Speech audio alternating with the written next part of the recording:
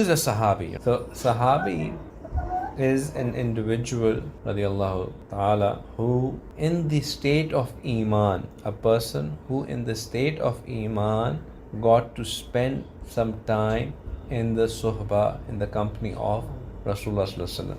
So an individual who was not in the state of Iman was in the presence of Rasulullah sallallahu alaihi wasallam, where Rasulullah sallallahu alaihi wasallam got to lay his eyes on him, and he was not in the state of Iman at that time, but afterwards he brought Iman, he's not a Sahabi.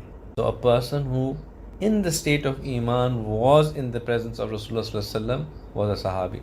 Sayyidina Awais Karni is not a Sahabi because he did not get to spend time with Rasulullah sallallahu alaihi wasallam. He missed being in the company of Rasulullah sallallahu alaihi wasallam. But he was elevated to that level, although he's not a Sahabi, but given the daraja of that because of his desire for being in the company and the effort that he made and look after of his mother that he did, right? So just a moment where Rasulullah sallallahu alaihi wasallam even got to lay just a brief sight on him, on that individual, Sahabi or Sahaba, where they were just in the presence of Rasulullah sallallahu alaihi wasallam. So just that small moment of time being spent in the company of Rasulullah sallallahu alaihi wasallam in the condition of Iman elevates one to the level of Sahabi. Sahabi comes from suhbat, right? And interesting to understand is that none of the Sahabi is ever called Hafiz. They're not called Mufti. They're not called Maulana. They're not called Muhaddis. They're not called Shaykh. They're not called any other titles that we give, or Qari. They're not given any of these titles because they have the ultimate title, that is of Sahabi. Although all of these individuals were something or the other. They were either a Mufti or a Qari or a Hafiz or a Maulana or a Muhaddis, something or the other, or a Shaykh. But the best title that they had was that of Sahabi, because that elevates them to the highest rank of being a wali that one can be. In our time, since after the ashab of Rasulullah sallallahu alaihi wasallam, no matter who that individual is, no matter how big a shaykh or wali he is not even near that of Sahabi. Once somebody asked a shaykh that, who do you think is better, Sayyidina Amir Muawiyah radiallahu ta'ala anhu or Umar bin Abdul Aziz, the caliph that came after the first Mujaddid of our deen, right?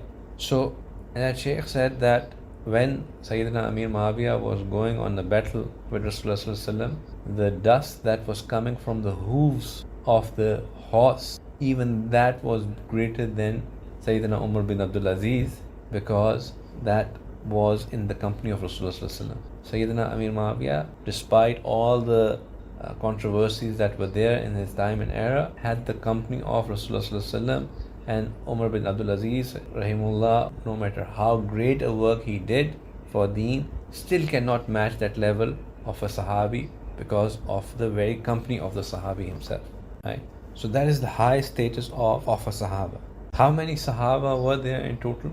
There's a rough estimate that on the occasion of Hajjatul Wida, the largest Hajj Rasulullah performed, the number of people who had come to be in that Hajj, and all of them were, and of course in the state of Iman, and all of them did get a presence, spend some time in the company of Rasulullah. They were almost 124,000 people. So 1,24,000 as we would say it in Urdu, right? Once somebody asked Rasulullah that how many Anbiya alayhi salam had come, and he replied that 124,000 had come.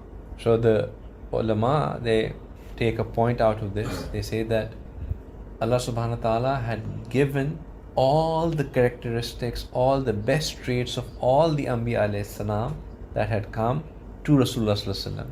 So Rasulullah sallallahu alaihi wasallam was basically a focal point for all the characteristics, all the traits, all the qualities for all the Anbiya alayhi salam that had come.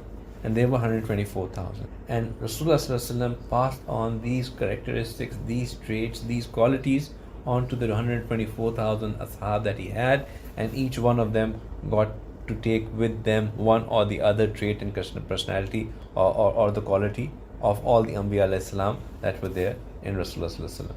And that is why Rasulullah sallallahu alaihi wasallam himself, as I said, that Rasulullah sallallahu alaihi wasallam he has made the effort to describe the significance and importance of his Sahaba, because they are the foundation of our deen.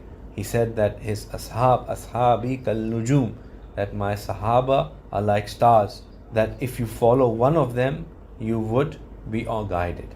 My Sahaba are like stars, if you follow one of them, you shall be guided.